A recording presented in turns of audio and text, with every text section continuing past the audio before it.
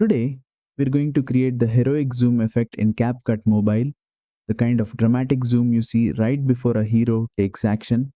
Start by importing your video and tapping to select it on the timeline. Now, go to the Effects tab at the bottom, choose Video Effects and tap the Motion tab. Here, search for Frantic Shots, apply it to your clip.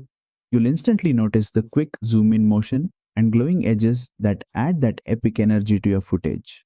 Now, let's make it even better. Tap on the effect again to open the adjustment controls.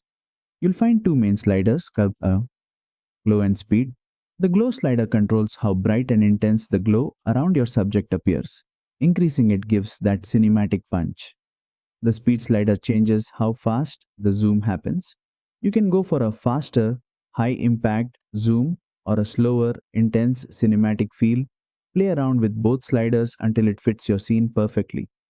Once you're happy, preview your video and enjoy that powerful movie style heroic zoom effect.